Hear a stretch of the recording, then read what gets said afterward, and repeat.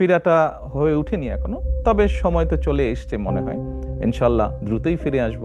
বিগত সরকারের সময় আদালত থেকে আদেশের মাধ্যমে কথা বলার অধিকার বন্ধ করে দেয়া হয়েছিল বলে মন্তব্য করেছেন বিএনপির ভারপ্রাপ্ত চেয়ারম্যান তারেক রহমান। বিগত স্বৈরাচার সরকারের সময় কোর্ট থেকে আদেশ দিয়ে আমার কথা বলার অধিকারকে বন্ধ করে দেওয়া হয়েছিল।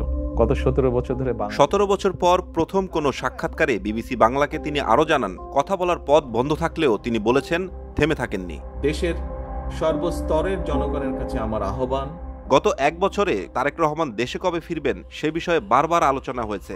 এ প্রসঙ্গে বিবিসি বাংলা তাকে প্রশ্ন করলে তিনি বলেন, ইনশাআল্লাহ দ্রুতই ফিরে আসব। উত্তরে আরো বলেন, প্রত্যাশিত নির্বাচনের সময় দেশে ফিরতে চান তিনি। প্রত্যাশিত নির্বাচন যখন অনুষ্ঠিত হবে জনগণের সাথে, জনগণের মাঝেই থাকবো ইনশাল্লাহ। প্রধানমন্ত্রীর পদপ্রার্থী হবেন কিনা সে প্রশ্নের জবাবে বিএনপির ভারপ্রাপ্ত চেয়ারম্যান এই সিদ্ধান্ত বাংলাদেশের জনগণের উপর ছেড়ে দেন। একই সঙ্গে নির্বাচনে অংশ নেওয়ার ব্যাপারেও তিনি ইতিবাচক উত্তর দেন। এটির সিদ্ধান্ত তো বাংলাদেশের জনগণের, এটি দল সিদ্ধান্ত নেবে, দল কিভাবে করবে এটি তো দলের সিদ্ধান্ত।